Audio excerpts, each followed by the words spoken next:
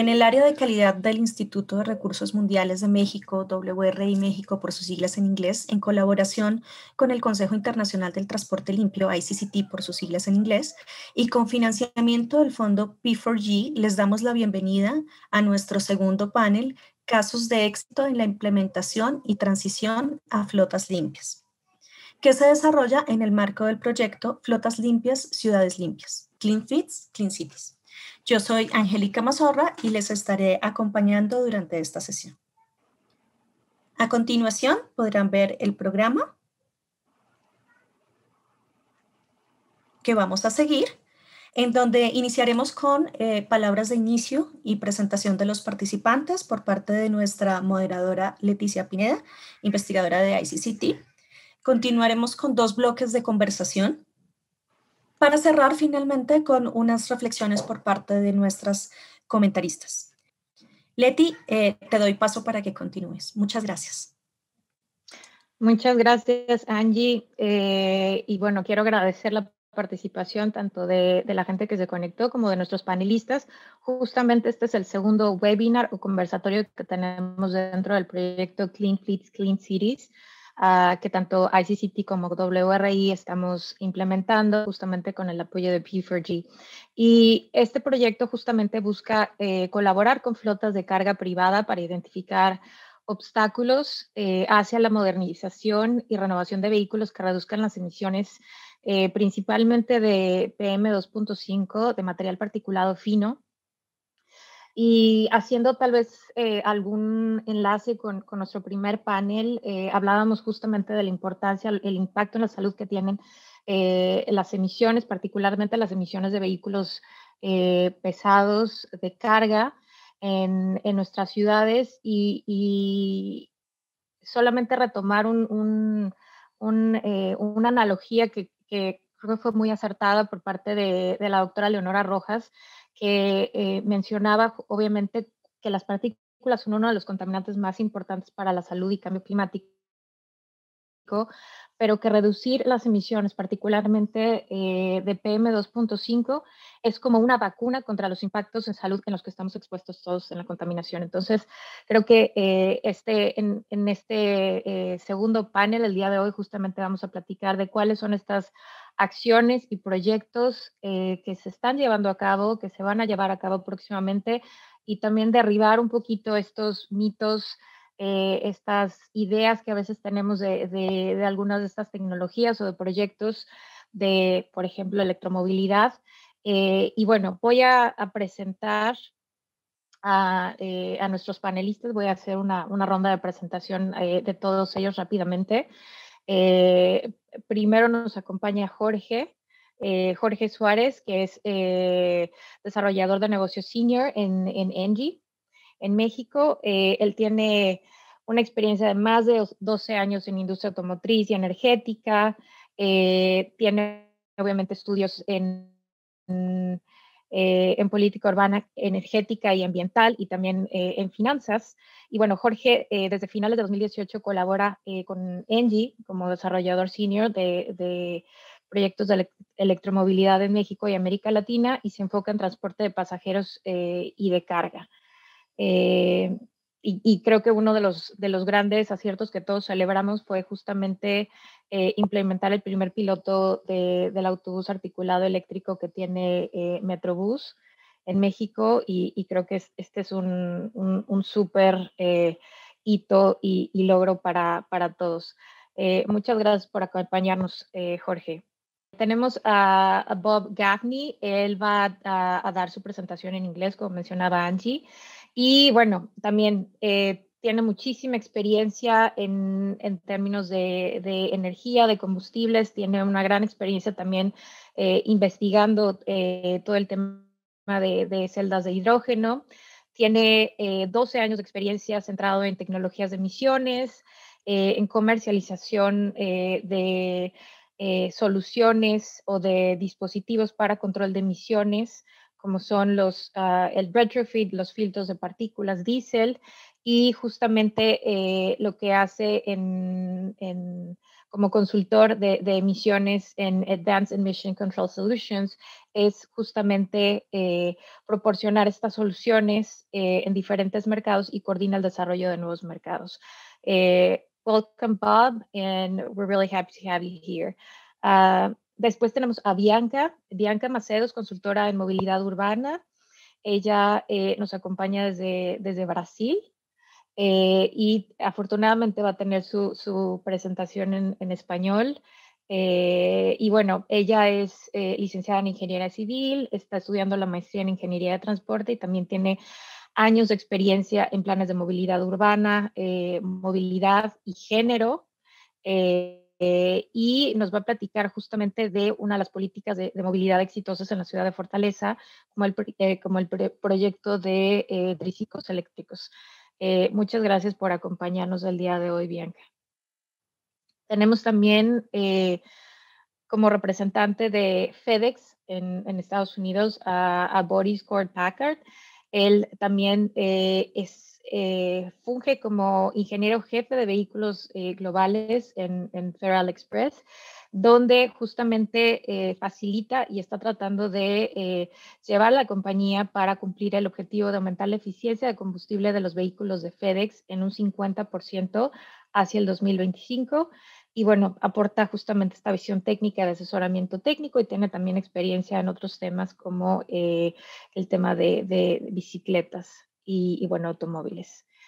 Alberto Ayala, creo que muchos de nosotros lo reconocemos públicamente por la gran labor que ha tenido en la política pública en los Estados Unidos, en California particularmente, pero alguien que fue una pieza importante detrás de este Dieselgate, que sabemos ha sido Alberto. Entonces, tiene muy claro tanto la parte técnica y política de este tipo de proyectos. Y bueno,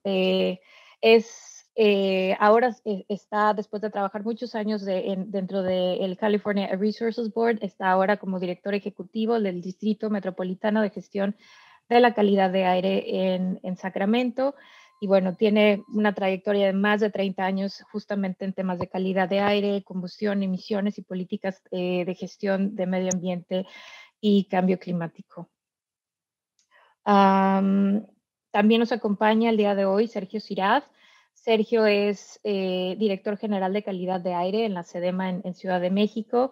Él es ingeniero ambiental por la UAM y tiene también muchísimos años, más de 25 años de experiencia en el sector público relacionados con temas de calidad de aire. Actualmente, pues tiene la responsabilidad de coordinar todo el sistema de monitoreo de contaminantes criterio, la elaboración de inventarios de emisiones, de gases de efecto invernadero, así como los programas de planeación y los ProAires en la zona metropolitana del Valle de México.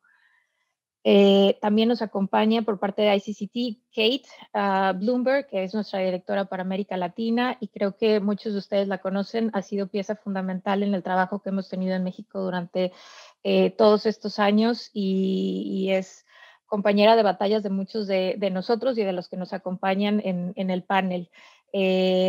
Amplia experiencia en el tema de calidad de aire, de vehículos, la transición a vehículos limpios, normas de consumo de combustible y de emisiones tanto de vehículos ligeros como pesados. Y bueno, también es nuestra directora de la oficina de San Francisco. Finalmente, la doctora Betty Cárdenas, ella es directora de calidad de aire en WRI México y funge también como co-líder de la Oficina Global de Aire de WRI. Betty es ingeniera bioquímica y bueno, tiene amplia experiencia en el tema de calidad de aire, es una egresada del programa LEED y bueno, gran líder en estos temas. Yo, Leticia Pineda, soy la moderadora del día de hoy y también tengo ya experiencia tanto en el sector gobierno como en ONGs en México y acá en California. Y bueno, para iniciar el primer bloque voy a hacer esta pregunta y está orientada justamente tanto a Jorge como Bob en esta parte de de las preguntas hacia mitos y realidades sobre flotas limpias. Les recuerdo que van a tener entre 3 o 4 minutos para poder responder estas preguntas y también van a tener por ahí una alarma que va a sonar para cuando tengan menos de un minuto. Sabemos que hay una serie de mitos respecto a la factibilidad de diferentes tecnologías, vehículos eléctricos, vehículos convencionales, Euro 6 o EPA 2010, retrofits con filtros de partículas.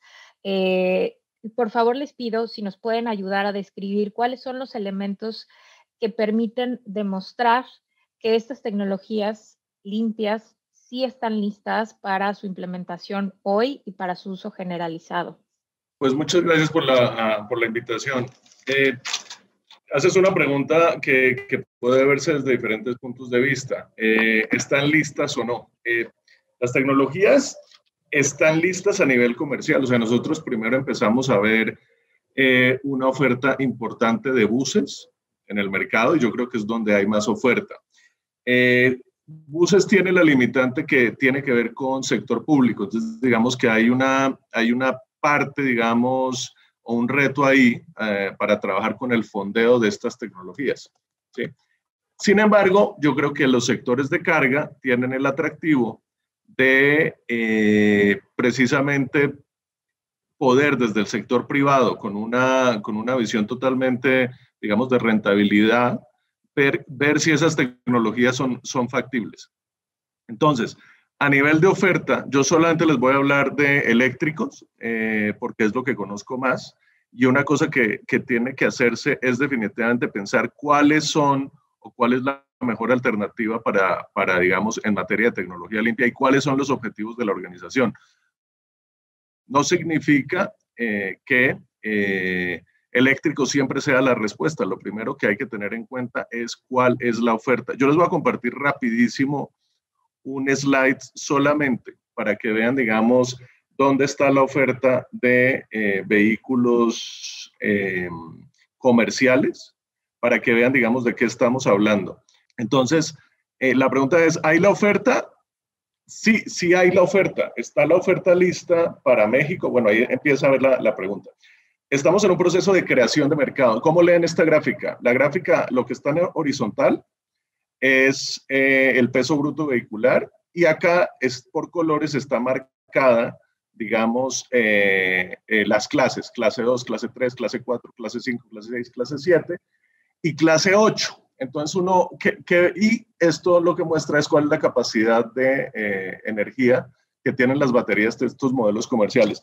Yo hice un compendio, 36 marcas tienen modelos, son algo así como unos 70 modelos en diferentes fases de desarrollo, y uno lo que puede ver es que claramente hay un clúster acá, en clases 2 y 3, que son vehículos comerciales livianos, me refiero a vanes y hasta camiones de 1 tonelada de carga, es decir, de payload.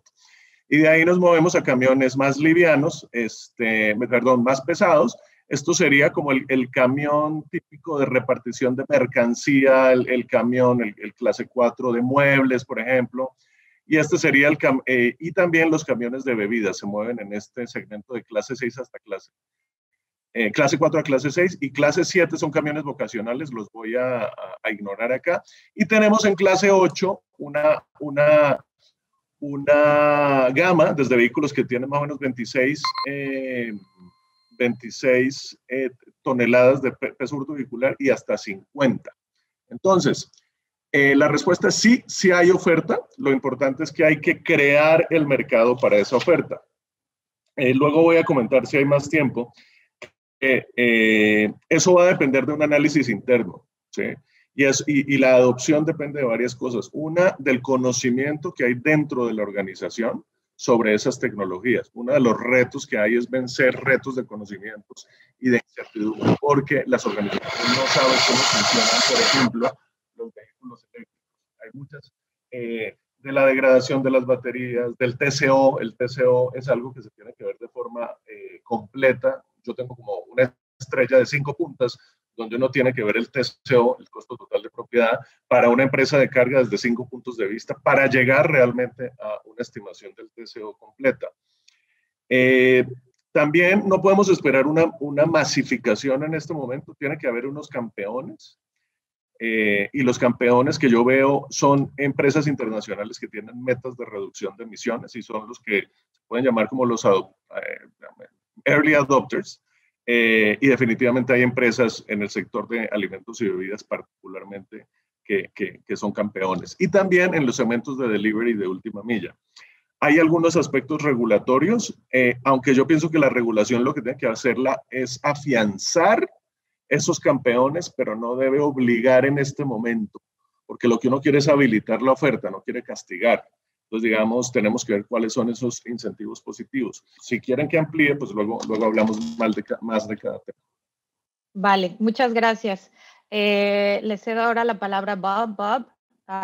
Ok. I am here today with, Hoy estoy acá con Steven Davis, que es nuestro antiguo gerente operativo, responsable por la instalación de cientos de retrofits. Si alguien tiene alguna pregunta técnica, él puede abordarlas. Nosotros empezamos como un consultor de emisiones para la Junta de Regulación de Diésel y de Calidad de Aire del Estado de California en el 2003. Y en 4 años no tuvimos acceso a filtros de partículas de diésel.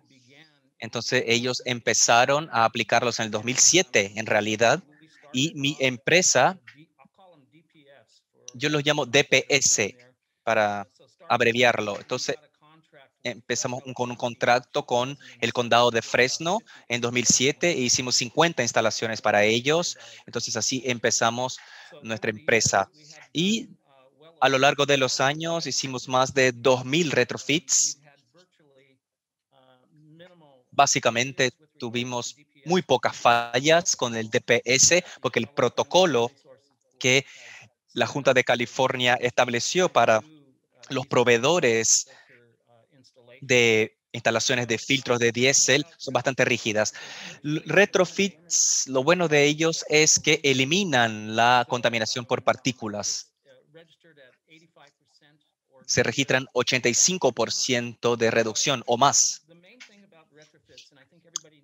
El punto principal de los retrofits, y quiero que entiendan eso, es que los retrofits facilitan la transición hacia un punto en el que podamos usar camiones de diésel durante mucho tiempo hasta tener la flota, una flota más nueva o camiones más modernos. Entonces, en el 2007 se estableció un plan de 15 años para poder facilitar los retrofits, a la instalación de retrofits en los camiones más nuevos. Aquí en California, en el 1 de enero de 2023, todos los camiones del 2009, fabricados en el 2009 o antes, van a sacarse de circulación. Simplemente se permitirán los camiones fabricados en el 2010 en adelante. Y eso de diésel. Y eso tiene que ver con todas las clases, clase 2 hasta clase 8. Entonces, toda nuestra flota, fuimos capaces de hacer la transición de nuestra flota en un tiempo más extendido para poder lograr tener los gastos de capital para adquirir una nueva flota de camiones, que es lo que todos en California están haciendo ahora. La Junta de California entonces se concentró en la clase 7 y 8. Pero quisiera destacar que aunque la Ciudad de México no tenga tantos camiones de clase 7 y clase 8, los retrofits sí se pueden usar también hasta o de la clase 4 hasta la 6. Entonces entiendo que hay bastante de estos vehículos en Ciudad de México, así que podemos sí instalar retrofits en esos vehículos. Bueno, el resultado de las regulaciones de carbono en 67 teníamos 186 alertas de smog en el área de California. Y eso es básicamente donde yo vivo, en el área de Fresno, en el centro de California y el sur de California. En el 2019 hubo 0 alertas de smog en California. Entonces pasamos a mitad de año con alertas de smog a ninguna. Entonces, ¿qué es lo que tenemos que hacer para que funcionen los retrofits? Tenemos que hacer un registro de los datos, usar aceites limpios y libres de azufre, y también tenemos que reemplazar los filtros de aire, hacer la limpieza. Y si el motor no está funcionando correctamente, van a tener problemas con sus retrofits. Pero si funciona bien, no debería haber ningún problema. Entonces, muchas gracias. Thank you, Bob. Gracias, Bob. Y vamos a pasar a la siguiente pregunta de este primer bloque. En esta ocasión estamos invitando a Bianca y a Boris a contestar esta pregunta que tiene que ver justamente con los casos de éxito. Y bueno, sabemos que numerosos casos de éxito en los que se ha logrado la transición a flotas limpias de carga, y hay varios ejemplos en los que ustedes han participado. Si nos podrían describir brevemente cuáles son estas experiencias y casos de éxito en diferentes vehículos y tipos de tecnología, tanto en la parte de bicicletas para entrega de última milla como para vehículos por la parte de FedEx. Bianca, comenzamos contigo. Ok, muchas gracias por la invitación. Ya les digo que voy a hablar portuñol, pero van a comprender. Entonces, el caso que voy a compartir con ustedes es el proyecto Reciclo, que trabajé acá en Fortaleza, Brasil. Es un proyecto de triciclos eléctricos para recicladores. Los recicladores son catadores, le llamamos catadores en Brasil. Son agentes de reciclaje muy importantes, pero son personas muy pobres que andan en las calles recolectando los reciclables en las basuras, y hoy o antes utilizaban como carritos manuales en las calles. Son personas como que un poco invisibles para la sociedad y que viven en situaciones muy difíciles. Entonces, este proyecto viene para testar, para probar el uso de los triciclos eléctricos pela primera vez en Fortaleza, porque no teníamos triciclos antes. Pero no solo tiene este objetivo de mejorar la eficiencia de la recorrida, tiene también el objetivo de mejorar la reciclaje, entonces la sustentabilidad, y también mejorar la condición de vida de estos catadores, recicladores que utilizan esos triciclos. Entonces es un piloto, ya empezó. Y están utilizando esos triciclos que tienen una capacidad de 200 kilogramos y son eléctricos. Y tenemos muchos beneficios, claro, de promover el uso de triciclos en la logística urbana, como no emiten poluidores y también ruido, que utilizan muy menos espacio en la calle y por tanto son muy más eficientes porque tienen más capilaridad en las calles y también tienen mucho más facilidad de estacionamiento. Tenemos también muchos beneficios para la salud de quien utiliza los recicladores en este caso, y tenemos una promoción de la vida urbana también con el uso de estos triciclos. Entonces tenemos muchos beneficios y es por eso que estamos ahora a promover este piloto para que también después pueda cambiar para otros tipos de logística, porque empezamos con la logística reversa, la última milla de la logística reversa de residuos reciclables, pero puede ser utilizada en la última milla de varios tipos de logística urbana. Y este proyecto ya tiene algunos beneficios comprobados. Entonces tenemos GPS en los triciclos y medimos la velocidad de los triciclos antes, comparando con los carritos.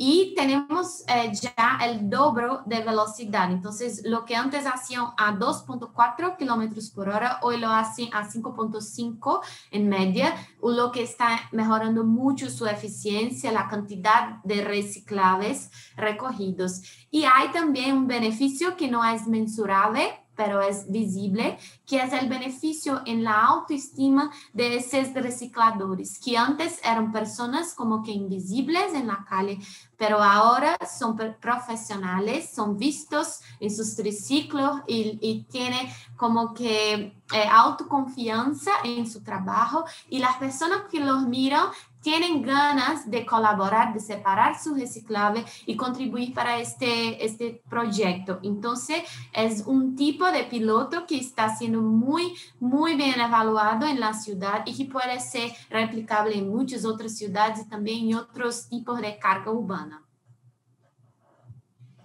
Muchas gracias, Bianca. Y creo que resaltas un tema muy importante, la parte de profesionalización del sector de carga. Boris, vamos contigo. Bueno, gracias por invitarme. Discúlpeme, pero probablemente uso una mezcla de español y inglés también. De veras, no hay una respuesta última para todas las clases de flota. There's no single answer to all of No the hay classes una of sola vehicle. respuesta para todas las clases de vehículo. And La realidad en FedEx Express es que el vehículo propio, the right vehicle, el vehículo correcto para la ruta correcta, es como nosotros analizamos la realidad de nuestra flota global. Tenemos casi 100,000 vehículos, más de 200 países. Entonces, todo desde bicicletas hasta grandes camiones. Y usar el vehículo correcto en el lugar correcto hace la diferencia. Hemos logrado mucha eficiencia, hemos ganado eficiencia y hemos conquistado muchas metas con vehículos más chicos en rutas menores, usando la tecnología más adecuada y teniendo más eficiencia de combustible también. Hemos empezado a usar algunos de los Mercedes nuevos, modelos de Mercedes en la Ciudad de México y en otras localidades de Sudamérica. Tienen mejores estándares de emisión estos vehículos. Y en la próxima diapositiva les muestro que nuestra filosofía es reducir, reemplazar y revolucionar.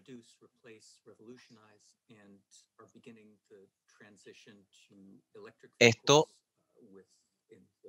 representa la transición a los vehículos eléctricos con menos emisiones, vehículos también modificados en California. Y recientemente hemos trabajado con General Motors en una van, en un furgón. Es una colaboración entre FedEx y General Motors para crear una especificación según nuestras necesidades y que sea duradero también, que dure en el largo plazo. Y así como lo mencionó Bianca, tenemos triciclos, bicicletas híbridas que también se usan en una variedad de ciudades como Nueva York, Toronto, Ámsterdam, París. Y también estamos viendo ahora el área de Frankfurt en Alemania.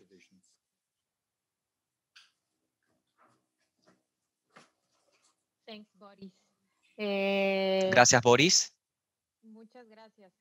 Y como pueden ver, hemos tratado también de invitar diferentes alternativas y diferentes modos de transporte a lo largo de una cadena de suministro, y justamente resaltando el mensaje de Boris, no hay una solución para todos. Necesitamos encontrar cuál es la más adecuada para cada una de las aplicaciones.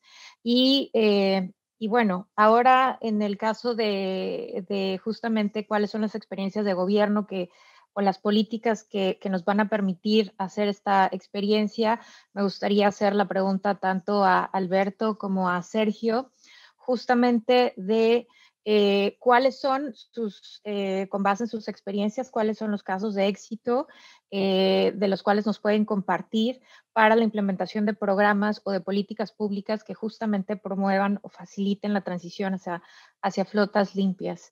Alberto, tal vez comenzamos contigo. Gracias. Un gusto. Buenos días, Leticia, y muchas gracias por la invitación. Primero que nada, es un gusto estar aquí con ustedes en esta plataforma. Mi apunte con respecto a los casos de éxito lo empiezo al establecer de que en California empezamos con el control de las emisiones de los vehículos comerciales en los años 2000, a finales de los años 1990. Y lo hicimos porque era una medida de protección de la salud pública, por el hecho de que el motor comercial domina el uso del motor a diésel, y el diésel, como todos sabemos, es muy dañino para la salud. Entonces, el programa de control de las emisiones empezó por eso, por la salud pública. Y el hecho de que se desarrolló el sistema del retrofit es porque no podíamos esperar a que la regulación a los motores nuevos se implementara, porque esas estrategias, como todos sabemos, son muy buenas, pero se toman mucho tiempo. Entonces, no teníamos el tiempo, teníamos urgencia de una vez que se identificó la naturaleza tóxica de las emisiones, se tenía que desarrollar una estrategia para controlarla lo más pronto posible. Y de ahí salió la idea de estos sistemas retrofit, los cuales se pueden aplicar a los camiones que ya van en camino, que es muy importante. Y por los primeros 15 años, más o menos, se implementaron un número de estrategias para diferentes clases de motores, de vehículos, de todo rango. Y el esquema era similar: implementar el control de emisiones para bajarle las emisiones, para reducir las emisiones lo mayor posible. Si tenemos mi distrito como un ejemplo, en la área de la capital de California, en Sacramento, hemos implementado alrededor de 1,000 sistemas retrofit de toda clase de vehículos, y pues hemos obviamente tenido éxito. Es una tecnología que ya está comprobada, que se está usando no solo en California, en Estados Unidos, pero ya en muchas partes del mundo. Ahora bien, cada motor nuevo de modelo 2010 y más nuevo ya viene originalmente equipado con estos sistemas. Así es de que obviamente la evidencia existe de que sí trabajan. Tiene uno que tener en cuenta el buen mantenimiento, ciertas características del motor, pero los sistemas sí trabajan.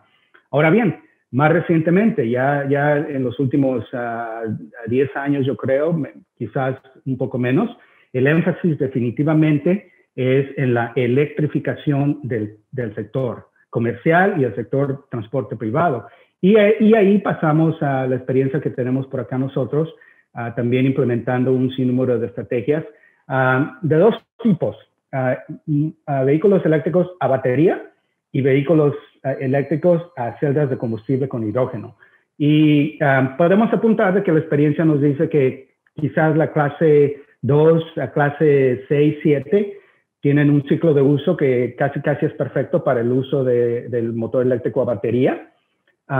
Y anticipamos que los motores, los vehículos más pesados, las clase 8, los vehículos de carga, esos parece que la celda de combustible de hidrógeno va a ser adecuada. Entonces, lo que hemos hecho aquí en California y en mi área de Sacramento es implementar esta transición.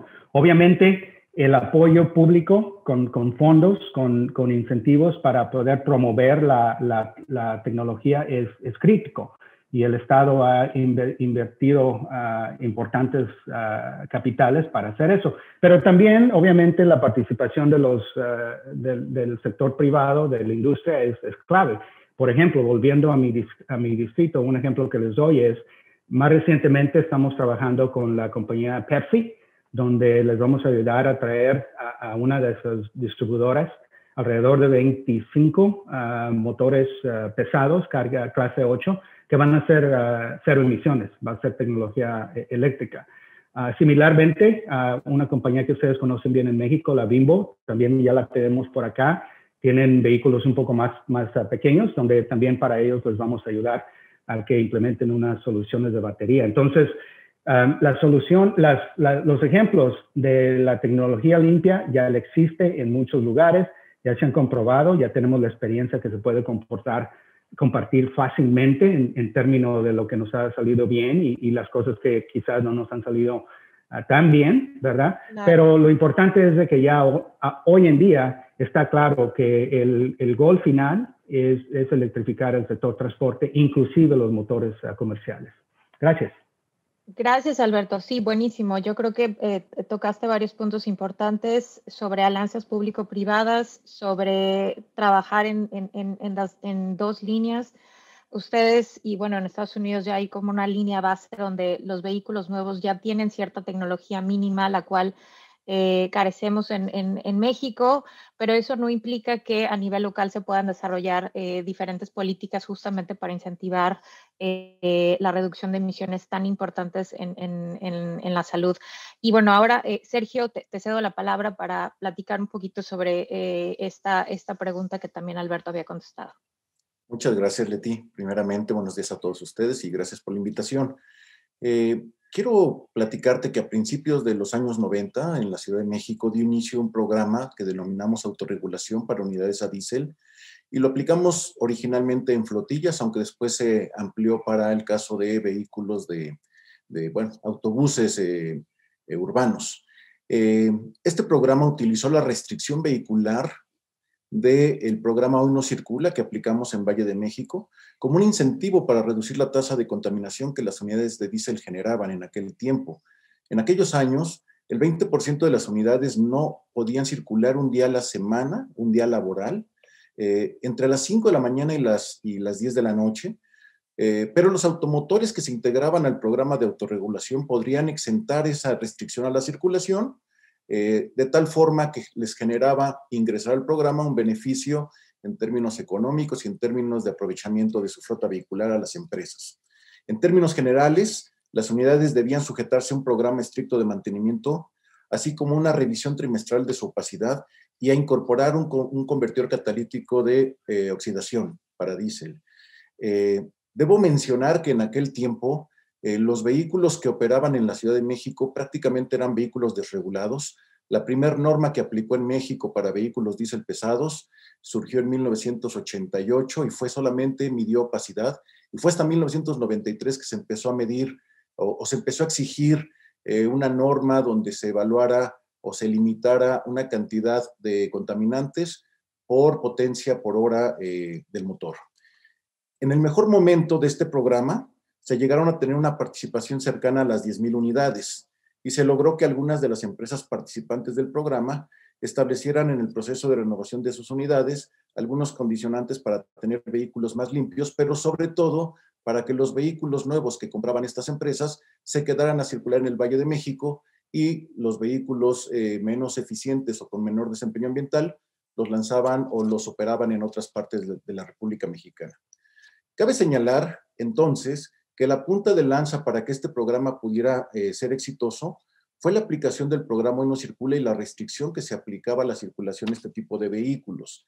Este programa se ha utilizado para lanzar o para incentivar a algunos otros programas ambientales y justo en este momento donde en nuestro país no tenemos una norma oficial mexicana que obligue el uso de trampas de partículas para vehículos nuevos, estamos trabajando para implementar una medida local, conjuntamente con el Estado de México y en el seno de la Comisión Ambiental de la Megalópolis, para incentivar o para motivar que los vehículos que circulen por Valle de México vayan migrando gradualmente al uso de trampa de partículas, ya sea que los vehículos nuevos utilicen esta tecnología o incentivar el uso del retrofit para este tipo de unidades.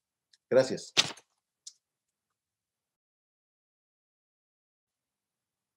Gracias, Sergio.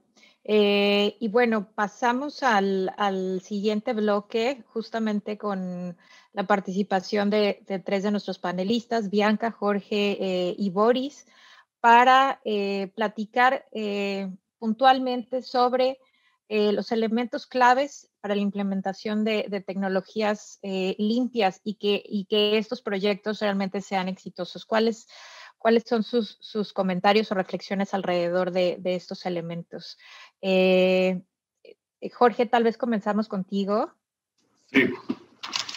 Bueno, justo continuando con lo que estaba diciendo, no podemos esperar que esta adopción sea, digamos, de todas las empresas a la vez, ¿no? Solamente, Jorge, perdóname, pero ¿podrías prender tu cámara? Creo que no. Ay, perdón, no te perdón. estamos viendo. Perdón. Ahora sí. Buenísimo. Bueno, es bien importante saber que esto no va a ser progresivo, ¿no? Y hablando concretamente de eléctricos, hay que trabajar en la creación de mercado. Yo opino que en este punto debe haber algunos campeones o champions en la electrificación de flota. Y voy a ampliar un poquito lo que estaba comentando. Lo primero es el conocimiento de la tecnología, ¿no? Entonces, yo creo que la gran barrera que hay es precisamente la falta de comprensión sobre los principales aspectos que afectan el valor total de propiedad o el famoso Total Cost of Ownership. Les voy a mostrar aquí una lámina muy rápida que muestra eso. Y lo primero, y es cómo es la toma de decisiones dentro de una organización para electrificar la flota, asumiendo que esa es la mejor alternativa. ¿A qué me refiero? A que tienen las instalaciones adecuadas, a que hay un alineamiento dentro de la organización. O sea, ya se hizo un trabajo, digamos, dentro de la organización para que esto suceda. Lo primero es tener en cuenta las operaciones, ¿sí? Uno no puede elegir un vehículo eléctrico aislado de entender las operaciones. Primero se tiene que analizar las operaciones y eso tiene que ver cuál es el kilometraje que hacen, cuál es el volumen que manejan, cuál es el peso, cuál es el patrón geográfico y cuál es la secuenciación. Ese análisis inicial le va a decir a uno, ¿vale la pena o no vale la pena electrificar? En esas operaciones, ¿qué es lo que hay que ver? Si uno tiene vans, nosotros ya hicimos varios TCOs, si uno tiene vans en México y recorre 80 kilómetros o más al día, el nivel, o más bien, esto empieza a ser favorable en términos de rentabilidad, porque las empresas tienen que ver rentabilidad. ¿Es competitivo o no frente a una alternativa diésel? 2, si tenemos camiones de clase 3 a clase 5, por encima también de 80 kilómetros empiezas a estar bien. Clase 6 a clase 7 es donde hay más dificultad para cumplir rentabilidad, y esto tiene que ver con que los packs de baterías para este segmento todavía están muy grandes, probablemente porque en Estados Unidos las distancias son más largas. Solo encontramos un caso de un proveedor en Brasil y un proveedor europeo que hace, digamos, un enfoque modular de baterías. Y en clase 8, larga distancia, en este momento no es posible electrificar, pero lo que se llama servicio metropolitano, es decir, dentro del Valle de México, camiones de 50 toneladas tienen un excelente payback.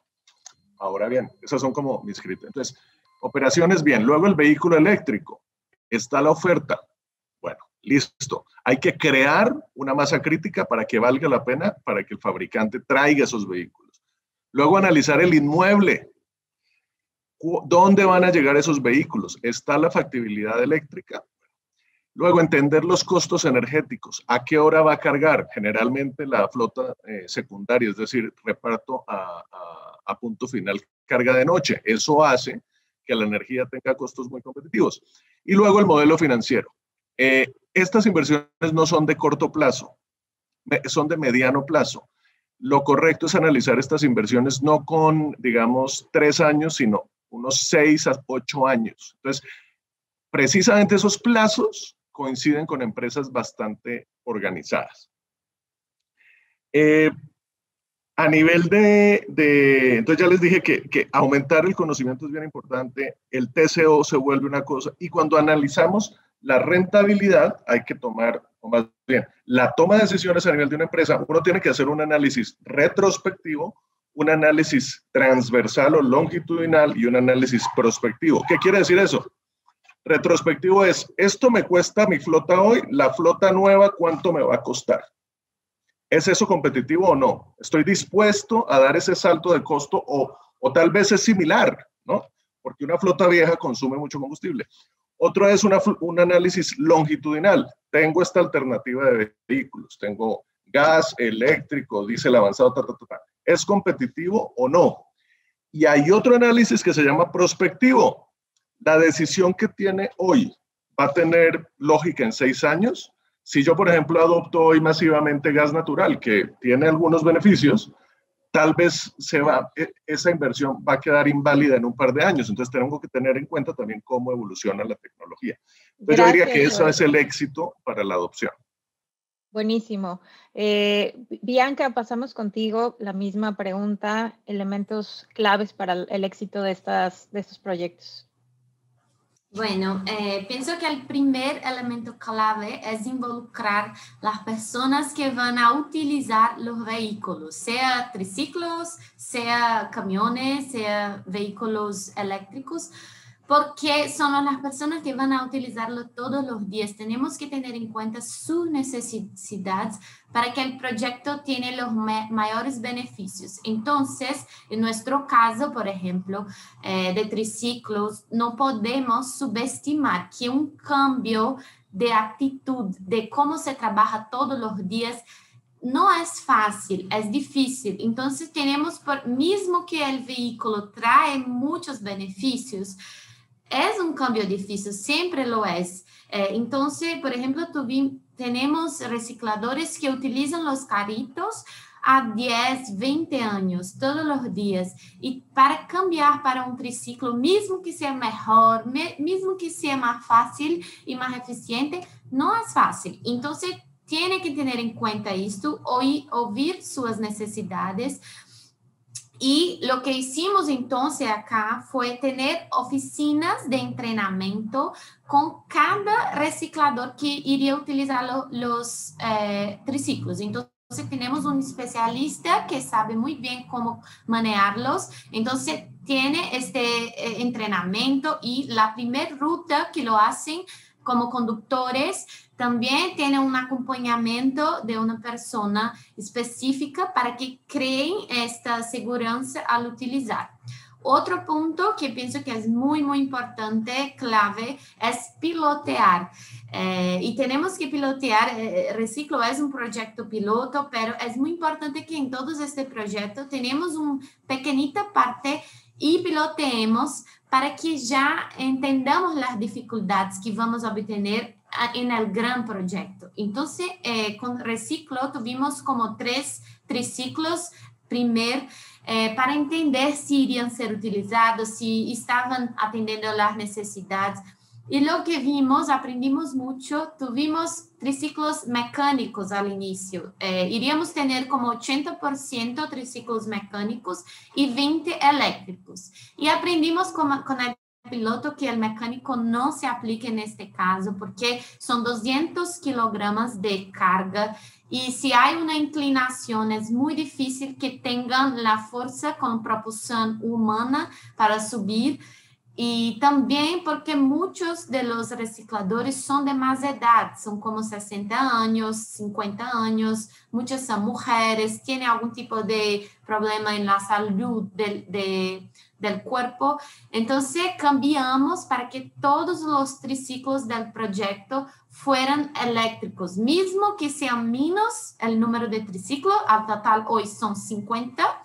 Es más importante que todos sean bien utilizados. Entonces, pilotear y al final el tercer punto clave es tener un plan de monitoreo, tener indicadores específicos de eficiencia y otros indicadores, inclusive sociales, para evaluar tu proyecto, tu piloto y convencer otras personas y otros ramos de la logística para que también vean la eficiencia y la mejora que la electricidad puede traer.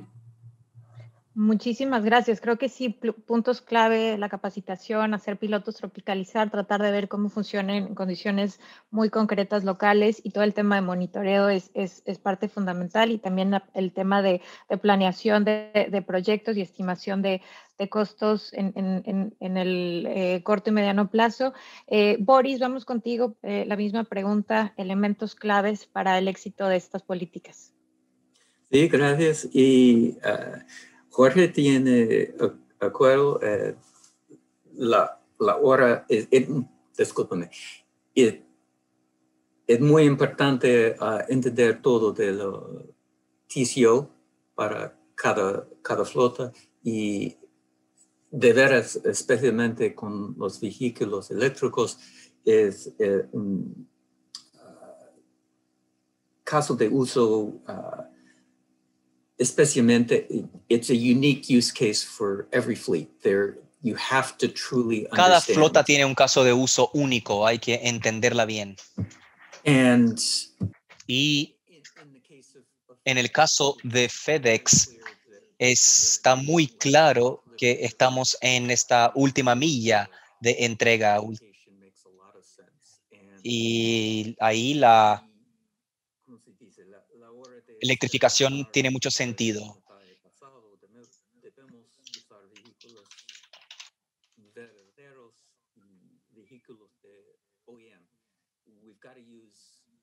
Hay que usar entonces vehículos verdaderos de los fabricantes originales que tengan la eficiencia y la efectividad y la calidad que esperamos. Los retrofits que estaban disponibles particularmente para el ámbito eléctrico, eso es un experimento excelente porque nos da una prueba de concepto y una validación que muestra que sí es efectivo para tener una verdadera escala y para poder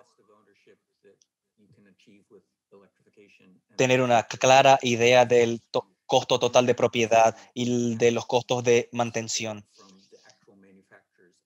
Hay que tener el apoyo de los fabricantes para poder darle escala a esa fabricación. Y eso es algo que todavía necesitamos desarrollar mejor. Algo que está un poco retrasado en términos de implementación, aunque la tecnología en sí misma ya exista. Y tenemos una flota tan grande en algunos lugares que es imposible transformarla entera. Hay que establecer fases.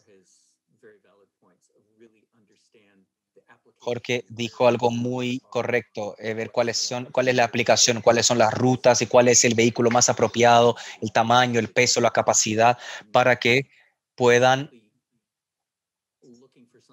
no estemos simplemente mirando algo que sea eléctrico y de baja emisión, pero queremos que sea algo funcional y adecuado para darle la utilidad que esperamos de esa flota. Muchas gracias, Boris. Sí, completamente de acuerdo.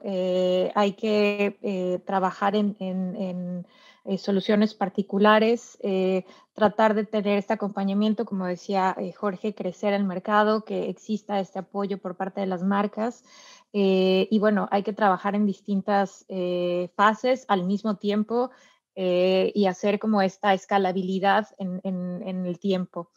En este mismo bloque 2, la siguiente ronda de preguntas está orientada un poco más a Alberto, a Sergio y a Bob, sobre justamente cómo planean ustedes implementar, y algunos ya han comentado cómo lo han hecho, algunos programas para extender la transición a vehículos limpios en unidades o en el sector de pequeños propietarios o personas camión que tienen un menor número de vehículos.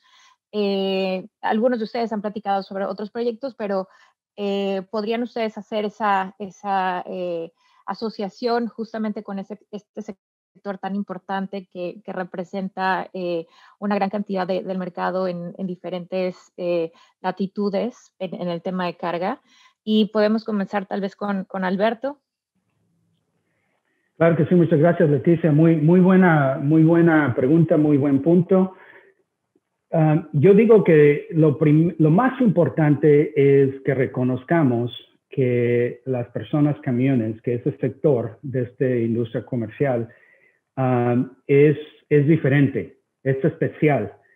Tiene capacitaciones y habilidades para implementar la tecnología limpia que son muy diferentes a una compañía, por ejemplo, la FedEx que Boris representa. Y francamente, de la experiencia que tuvimos por acá en California, cuando implementamos el primer programa de retrofit, ese fue un error que nosotros hicimos. El error fue de no reconocer que las personas camiones tenían diferente habilidad de seguir la regulación y los requerimientos que les estábamos poniendo. Nosotros asumimos que los requerimientos se aplicaban igualmente a todas las flotas y sin consternación al tamaño de esas flotas. Y como les digo, francamente, ese fue un ajuste que se le usó a la regulación a cómo se puso en marcha el programa. Entonces, ¿qué fue lo que se hizo para atender a estas personas, a estas unidades persona-camión? Como les digo, lo primero fue reconocer que necesitan ayuda que es diferente. Se crearon programas específicamente para estas microflotas, si ustedes quieren llamar, estamos llamando de flotas de 1, 2, 5, 10 camiones. Se crearon instrumentos financieros especiales para ayudarles. Por ejemplo, en California creamos un banco especializado para hacerles el financiamiento de los retrofits a estas flotas. La regulación se ajustó para ponerle más flexibilidad, darles a estos operadores más tiempo. En muchos casos se les hizo la excepción de los requerimientos porque los vehículos no los usaban mucho o ya estaban de muy alta edad, etcétera. Entonces, lo principal es reconocer que las unidades persona-camión son diferentes, tienen diferentes características y entonces nosotros como gobiernos, como autoridades, necesitamos pensar de cómo desarrollamos un programa que atiende a esas diferencias, que son muy diferentes a las grandes flotas. Ahora que ya estamos pasando a la electrificación de la flota del sector transporte, estamos usando esa experiencia que tuvimos con el programa de retrofit a diesel y la vamos a aplicar a la electrificación. Y entonces estamos haciendo estrategias similares, asistencia especial a estas flotas pequeñas. Flotas pequeñas van a recibir más ayuda pública, etcétera. Entonces, este es un buen ejemplo, yo digo, de una de las cosas que, pues, dolorosamente no nos salió tan bien como esperábamos inicialmente, pero también es importante que las regulaciones, que las estrategias, que las normativas, que nosotros como autoridades estemos dispuestos a aceptar que algunas cosas se necesitan ajustar, que necesitan cambiar, que necesitan mejorar, y pues no tener miedo de hacerlo, ¿verdad? Buenísimo. Sí, yo creo que reconocer estas justamente áreas de oportunidades es clave. La idea también de estos conversatorios no es solamente presentar lo bonito de estos proyectos y que todo esté como muy color de rosa. La verdad es que en la implementación hay bastantes obstáculos y la idea es tratar de ser creativos e identificar cuáles son estas áreas de oportunidad para mejorar estos proyectos, y agradecemos también muchísimo que se compartan este tipo de experiencias porque si bien puede haber realidades distintas, la verdad es que los sectores, la estructura es muy similar en el tema de carga. Bob, do you want to go ahead and give us a little, you're on mute. You're on mute.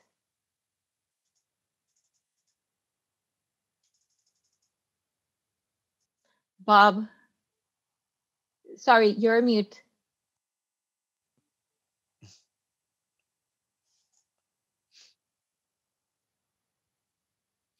Hold on.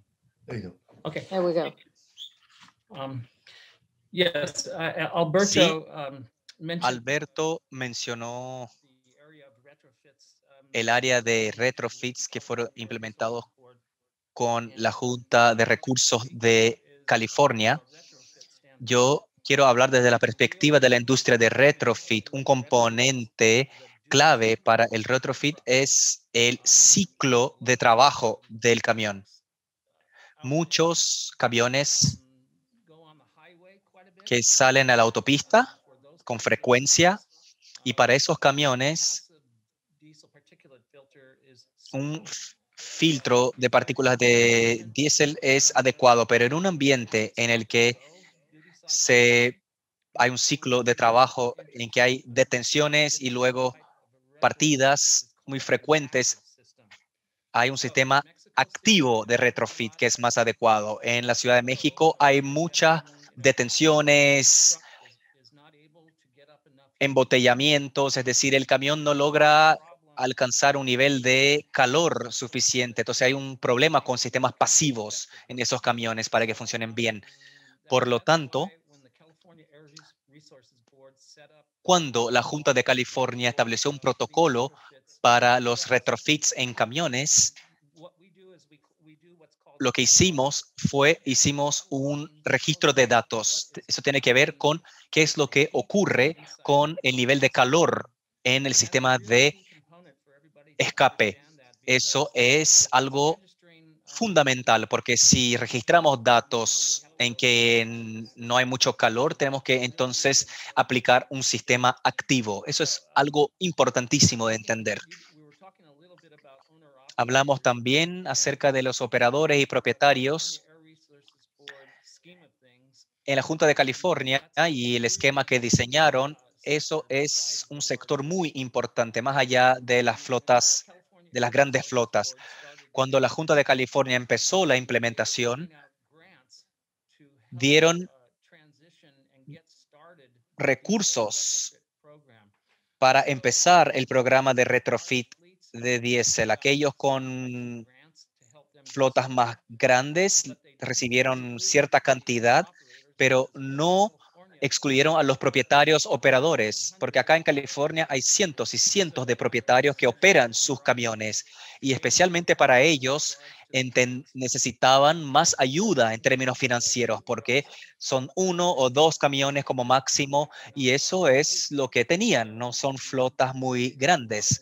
Por lo tanto, lo que hicimos fueron muchas instalaciones de retrofit con ese tipo de propietarios y en todos los casos el operador propietario estaban muy agradecidos por esa ayuda financiera para poder cumplir con las nuevas regulaciones y poder hacer lo que tenían que hacer para su trabajo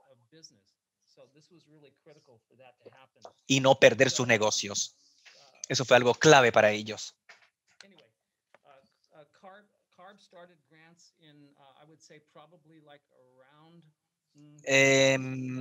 Esas donaciones o estas ayudas financieras empezaron, creo, el 2006 y hoy, como les dije, estamos ya al final de los últimos retrofits. Ahora solo nos falta la costa central de California. Bueno, entonces eso es mi punto básico, es que la importancia de que existan auxilios financieros para que se puedan empezar esos programas. Si México entonces puede hacer eso, eso va a ayudar a la implementación de retrofits. Muchas gracias. Gracias, Bob.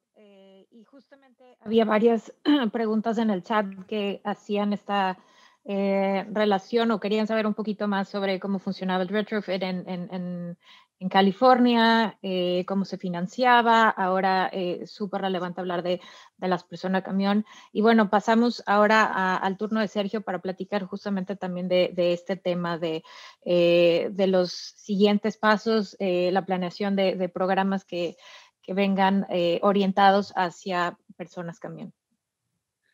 Bien, en el caso de las unidades que pertenecen a una persona, te comento que en el pasado se han instrumentado programas de chatarrización, no tanto en la Ciudad de México, sino a nivel federal, chatarrización de automotores a partir de los cuales se apoya al transportista con un recurso que apoye en la adquisición de su nueva unidad. No obstante, y en el caso particular de la Ciudad de México, pues evidentemente el tema debe explorarse, así como la posibilidad de obtener recursos que puedan bajarse a través de la banca de desarrollo para apoyar la renovación de los automotores de este sector, lo cual en su momento debe ser trabajado por el sector de movilidad y el sector de desarrollo económico de la Ciudad de México. Sin embargo, hay un tema que no hay que desconocer. Muchos de los vehículos hombre-camión que uno ve circulando en la metrópoli no están matriculados en nuestra ciudad. Al no estar matriculados en nuestra ciudad, no tenemos facultades desde el punto de vista ambiental sobre ellos, sino es a partir de aplicar medidas como la que ya mencioné, de restricción a la circulación.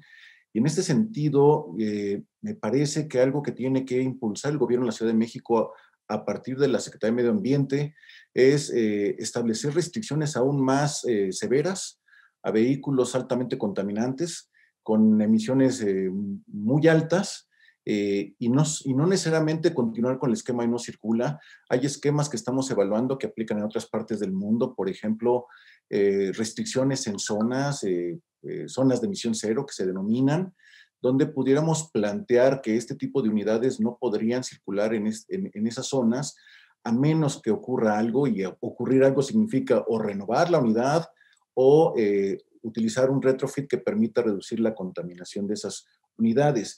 Y solamente quiero hacer una mención importante. Yo entiendo perfectamente bien la problemática de los hombres camión. Entiendo lo que ya explicó también Alberto, pero hay un tema que también hay que tener muy claro, sobre todo las autoridades ambientales, y es que en el Valle de México los estándares de calidad del aire se superan varios días al año. En el caso de PM10, en los últimos años la media son 150 días, y en el caso de PM2.5 son 45 días de incumplimiento. Y esto a pesar de que no tenemos las regulaciones más estrictas que establece la OMS. Debo también mencionar que la COFEPRIS ya trabajó en unas normas, ya fueron publicadas y ya fueron publicadas para comentarios y están a la espera de ratificarse las mismas, y a partir de su publicación gradualmente irán reduciéndose hasta alcanzar los valores de la AMS, que en el caso de PM10 vamos a pasar de 75 microgramos metro cúbico a 50. Y en el caso de las PM2.5, de 45 microgramos metro cúbico en un promedio de 24 horas a 25. Entonces, esto lo que significa es que vamos a tener todavía más días con incumplimiento de norma, pero independientemente del día con incumplimiento de norma, eso significa daños a la salud. En este caso, los automotores de diésel, no me voy a referir solamente a los de carga, los automotores de diésel pesados y medianos que circulan en el Valle de México, independientemente de su matrícula, si es federal, local de la Ciudad de México o local del Estado de México, son responsables de más del 25% de las PM2.5. Ahí la importancia de trabajar fuertemente con este sector, sí identificando las barreras que existen económicas, sobre todo para algunos sectores, pero eso no tiene que ser un motivo que nos detenga en la lucha por tratar de tener una mejor calidad del aire y por lo tanto una mejor salud para los habitantes. Gracias, Sergio. Sí, yo creo que importantísimos puntos sobre el contexto que tiene la Ciudad de México, esta interrelación que existe entre las diferentes secretarías y ámbitos de aplicación en el tema de salud, de movilidad, de ambiente, y cómo deben de trabajar coordinadamente. Hemos estado recibiendo muchas preguntas, entonces me gustaría abrir ahora el espacio para que tal vez podamos discutir algunas de ellas. También invito a Kate y a Betty a sumarse, para que también las reflexiones que ellas tenían las podamos compartir en este último bloque del panel. Y aquí tal vez iniciar con una de las preguntas, y tal vez orientado a Alberto. Sergio platicaba justamente de los problemas que existen de vehículos que no necesariamente están registrados en la Ciudad de México, y cómo poder regular o cómo poder establecer este tipo de sanciones o de requerimientos. ¿Cómo se ha resuelto este tema en California? ¿Cómo han resuelto este tipo de restricciones para absolutamente todos los vehículos que puedan transitar por California? ¿Es una pregunta, Leti, para nosotros, Betty y yo, o para Alberto? Era primero para Alberto y ahora íbamos a abrir la pregunta para otros comentarios. Ok, Alberto. Bueno, gracias. Rápidamente y simplemente, obviamente lo que nos ha sido más importante por acá para nosotros es la fiscalización, la identificación y la aplicación de recursos en términos de personal, en términos de personas a que se dedican honestamente a buscar estos vehículos. Obviamente acá se desarrolló un sistema de identificación. Cada vehículo que cumple con la normativa se le pone un sticker. Este puede ser identificado fácilmente por los elementos de policía, etcétera. Y también las agencias dedicamos nuestros propios recursos para implementar estos requerimientos, ¿verdad? Entonces, necesita la autoridad tener una presencia muy visible públicamente y pues para mandar el mensaje de que obviamente los requerimientos se tienen que cumplir. Entonces, eso es principal y obviamente es un compromiso que se tiene a que los requerimientos son muy importantes, pero hay que ponerle los recursos y la atención y la energía para implementarlos, para la fiscalización, ¿verdad?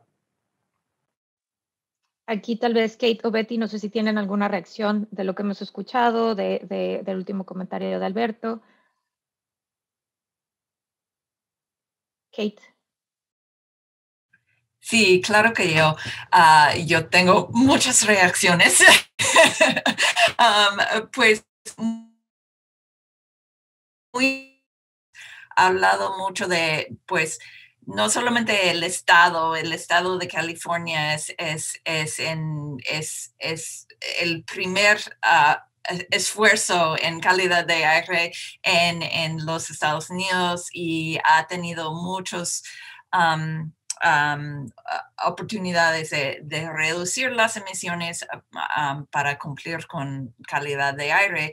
Y también los locales como Sacramento, donde está Alberto ahora, si el gobierno estatal, federal y local pueden trabajar juntos y pueden tener una visión, pues, integral, esto puede funcionar mejor. Yo creo que todos sabemos que la visión de largo plazo es vehículos eléctricos. La verdad es que ahora, cuando empezó California a hacer esto, la idea de un vehículo de carga eléctrico era pues increíble y imposible hace 20 años. Pero ahora sí es posible, sí hay oferta, sí hay rentabilidad, como aprendemos de Jorge.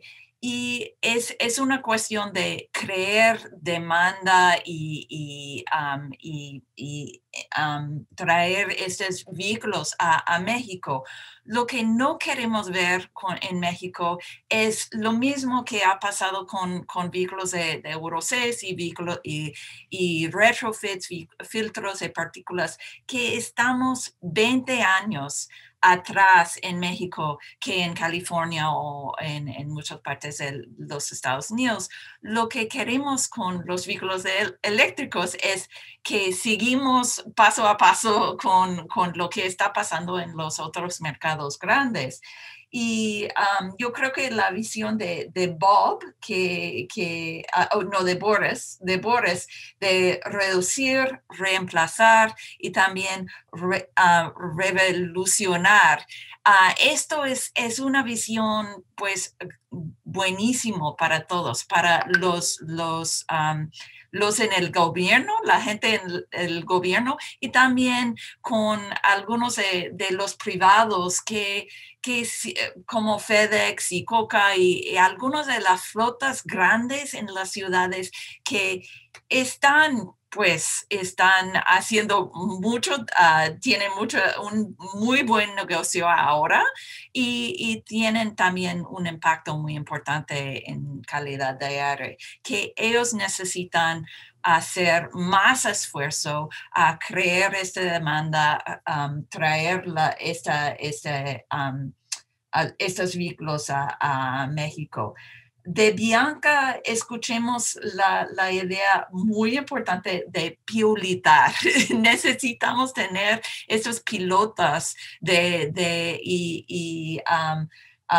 que para crear ese tipo de programa que puede ser muy factible, que puede funcionar bien. Y esto era también un mensaje de Bob, no de que necesitamos pilotos, pero que necesitamos hacer nuestro trabajo para asegurar que los vehículos van a funcionar. Y también era un punto de Jorge, que entre todos necesitamos en cualquier tipo de vehículo, sea bicicletas, vehículos eléctricos, filtro de partículas, necesitamos hacer nuestra tarea para asegurar que este tipo de vehículo o de estrategia va a funcionar bien. Y de Sergio, escuchemos de la posibilidad de nuevos tipos de programas. No funciona solamente dar incentivos si no hay restricciones.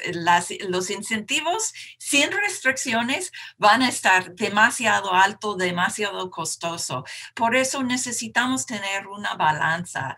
Y Sergio mencionó algunas restricciones o algunas ideas nuevas que México, la ciudad, está pensando en cómo mover. Pero también es importante también tal vez trabajar con California, con esas ideas de cómo podemos dar esos incentivos en una manera muy enfocada, muy efectivo para asegurar que la gente que lo necesitan los fondos sí reciben la ayuda para hacerlo bien. Por eso creo que vemos muchísimo, era muy interesante todos y gracias por su participación. No sé, yo creo que Betty va a tener más para decir. Sí, Betty, algunas reflexiones al respecto.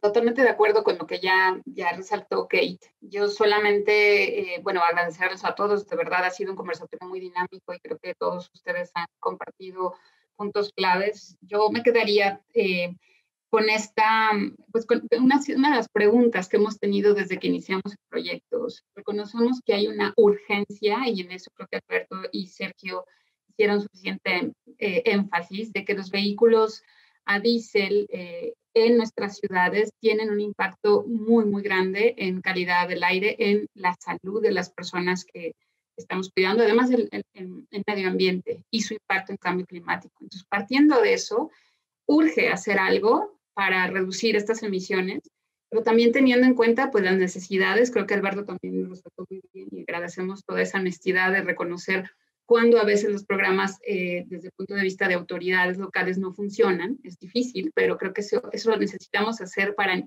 entender dónde sí podemos realmente tener un impacto. Y yo me quedaría también con esto que mencionó Alberto, es cuáles son los requerimientos de cada tipo en este caso de personas camión o de los que son dueños, también lo mencionó Bob, dueños y operadores, versus las grandes flotillas. Pero creo que en todos estos casos, Jorge también mencionó el tema de los champions, necesitamos realmente campeones, y campeones en estos sectores, no solamente desde autoridades que quieren realmente implementar programas, desde empresas como FedEx que están saltando, o desde personas que, como el caso que mencionó Bianca, realmente necesitan mover hacer su trabajo con estos vehículos y realmente están dispuestos a trabajar.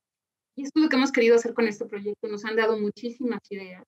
No es fácil implementar programas a nivel de autoridades, siempre hay muchos problemas y creo que, insisto, Alberto nos dijo hay que hacerlo, pero también hay que entender cómo sí. Pero lo que hemos visto es que hay muchísimos mitos que todavía tenemos que vencer, ¿no? Las tecnologías de retrofit son más que probadas, se tienen que hacer bien, se tienen que implementar bien. Boris nos dio también muchas ideas, como realmente algunos campeones, empresas grandes que quieren hacer algo, no hay una solución única y creo que hay muchos ejemplos. Y Bianca de verdad nos dio ejemplos maravillosos de cómo pueden hacerse incluso proyectos en donde hay la participación y donde se está uno fijando en esas personas, en dignificar a aquellas personas que están haciendo el transporte de nuestra carga. Yo no añadiría nada más, de verdad nos han dado muchísima información. Agradecemos también muchísimo a todas las personas que han hecho sus comentarios y preguntas y creo que nos han dado muchas ideas todavía para continuar estos conversatorios. Y eso es lo que necesitamos hacer, compartir experiencias y conocimientos también, ¿no? Hay mucho conocimiento que no se ha compartido y que no hemos logrado socializar. Gracias. Gracias, Betty. Y sí, yo creo que hemos podido tener hoy una visión de los diferentes sectores, además resaltar la importancia de tener que trabajar de manera coordinada los diferentes sectores. Esto lo tenemos que resolver todos y necesitamos identificar justamente como los incentivos y también las restricciones que deben de existir para poder implementar mejores políticas públicas en nuestras ciudades. Yo nada más cerraría con, Sergio, tenemos muchísimas preguntas sobre el programa de autorregulación, sobre en qué va, si el número de empresas que están o de vehículos que están, que son parte de él. No sé si quieras dar algunos, tal vez, puntos rápidos sobre esta pregunta. Y también, Bianca, había algunas preguntas sobre la distancia que recorren estos triciclos y si también podrías dar un poquito más información. En el chat también pueden ustedes ayudarnos a contestar alguna de las preguntas. Entonces, Sergio, no sé si tienes algunos comentarios sobre muchas preguntas relacionadas con el programa de autorregulación. Sí, cómo no. Bueno, de inicio comentar que ya di un par de respuestas y el programa de autorregulación en Valle de México actualmente está en un proceso de revisión y de actualización. Lo que estamos pretendiendo es establecer condicionamientos más restrictivas para la circulación de los vehículos en Valle de México, vehículos de diésel, y esto incluye tanto a vehículos de carga locales como con placa federal.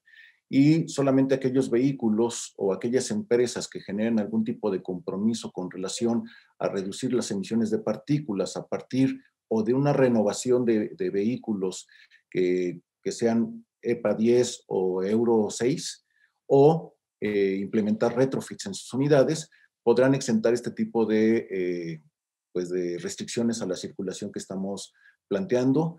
También se está trabajando en lo que va a ser el nuevo ProAir y en el nuevo ProAir estamos planteando que estas restricciones hay que endurecerlas, pero también hay que mandar la señal de que se van a ir endureciendo cada vez más hasta llegar al punto en que los vehículos en realidad los vehículos que circulan en Valle de México, la gran mayoría son EPA 91, ¿no? Ese es el rezago que tenemos en cuanto a el control de emisiones de los vehículos diésel.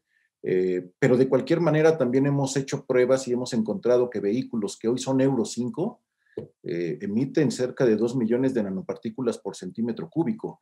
Y esos mismos vehículos le colocamos un filtro de partículas y la emisión de nanopartículas se baja del orden de 30, 40, 50 mil nanopartículas. Entonces, estamos todavía trabajando, ya teníamos un avance muy importante, pero el tema de la pandemia y la crisis económica nos ha hecho replantearnos el inicio del mismo, pero seguramente en este año daremos inicio al mismo y en su momento la Comisión Ambiental de la Megalópolis, conjuntamente con el Estado de México, el Gobierno del Estado de México y nosotros les informaremos del mismo. Muchas gracias, Sergio. Sí, el tema creo que de fiscalización, como mencionaba Alberto, es súper importante para medir la efectividad de estas políticas.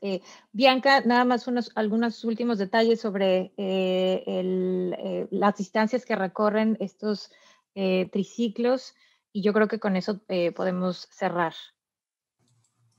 Ok, bueno, los triciclos pueden ser buenas opciones para las cargas que percorren distancias hasta, como son eléctricos, pueden percorrer como 10 kilómetros hasta 15.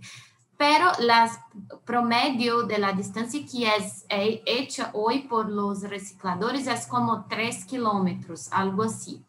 Pero hay un potencial muy largo en las ciudades para el uso de la bici y del triciclo. Entonces, si pueden ver su origen destino de cargas en tus ciudades, van a ver que hay una larga cantidad de cargas que son, de viajes que son de bajos pesos, como hasta 100 kilogramos, hasta 50 kilogramos, y que son viajes curtas, que hoy están siendo hechas de auto, de moto, y son muy malos para las emisiones. Entonces, pueden ver que toda la ciudad tiene un gran potencial de cambio para la bici o los triciclos. Hagan pilotos y vean y amplíenlos.